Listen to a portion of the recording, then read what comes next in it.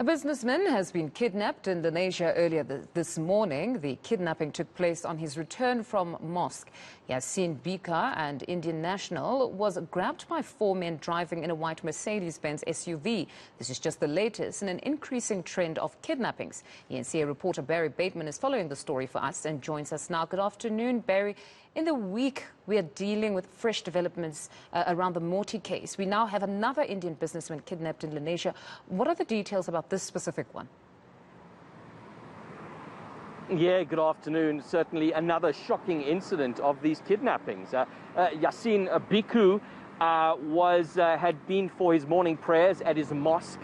He lives about 200 meters from the mosque, so he walks there.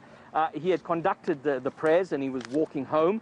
And just outside his house, he was having a chat to his neighbor when a white Mercedes-Benz SUV pulled up alongside them. Now, if you look at some of the CCTV footage that's been going around, the vehicle was actually parked near the mosque and watched him walk out and walk past, where you suddenly see the lights switch on and then move off towards him. When the vehicle stopped next to him and his neighbor, they stood there basically looking at him for a while before the men jumped out and produced firearms. Now, Bika put up quite a significant fight, I must say, against these attackers. They really struggled to get him into this vehicle, but ultimately got him inside, closed those doors, and they have fled the scene. It's now an active kidnapping case. Sure, this is honestly very disturbing, Barry. Do we have any information about the victim? Why would he in particular be kidnapped?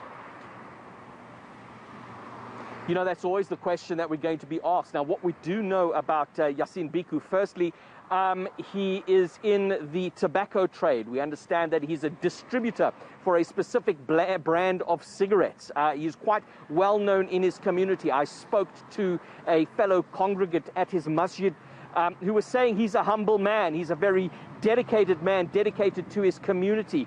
If there was any problems that people might have in their community, they might have electricity problems or water problems, Mr. Bika would be there and would raise these issues on members of the community's behalf in order to assist them.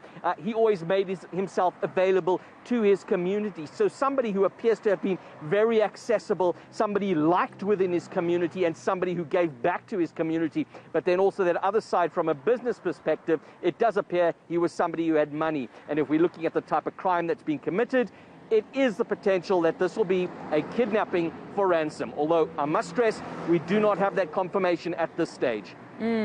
But all the more reason why many would be calling on the police to finalize the Mosque brothers case, purely because if there is a kidnapping syndicate, it needs to be disrupted. It needs to be dismantled, because at this point, it looks like crime, like you said before, does pay if there's going to be nothing that happens beyond a ransom exchanging two people here.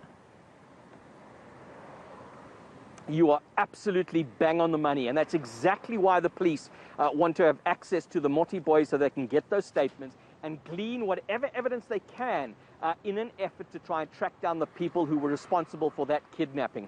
What it demonstrates, if the police are going to be frustrated and unable to continue through with that, it sends a very clear message that crime does pay, and that is the last message you want to be sending to people who are snatching businessmen from outside their homes and children from the side of streets on their way to school. No, thank you very much, Barry, for that. That's our reporter, Barry Bateman, just giving us the latest on this incident of kidnap.